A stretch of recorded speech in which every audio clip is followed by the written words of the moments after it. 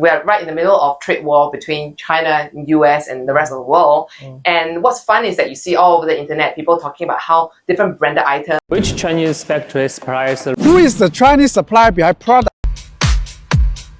Are made in China, and then how cheap it was, and you realize that a lot of people don't seem to realize that made in China doesn't mean that it's cheap and low quality. It means that it's very value for money. In fact, the idea of China as a world factory for quality items started way back, especially for Singaporean. We're very well located in this geographical location because all these trades around the world since ancient times passed through areas around us.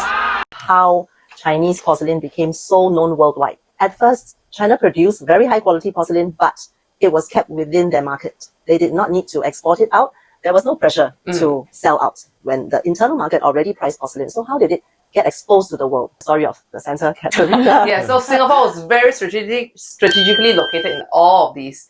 In the 1600s, the porcelains that were exported were ready for the aristocrats because, as always, the precious items, commoners don't get it. It's always powerful and not even money. But it's not even about money. You have the money, the middle class, they couldn't get it because they have no resource to get it, right? You need the connection, so it's power. And so only the aristocrats could have it.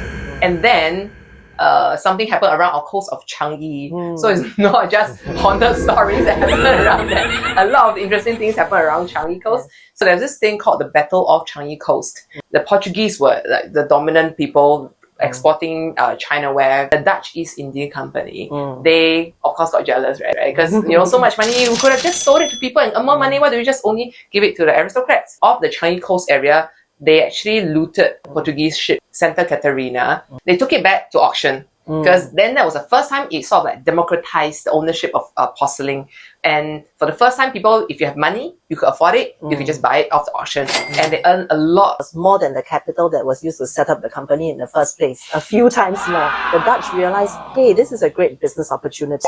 How about I get more of these porcelain China and sell it? I will make even more money. And that's exactly what they did.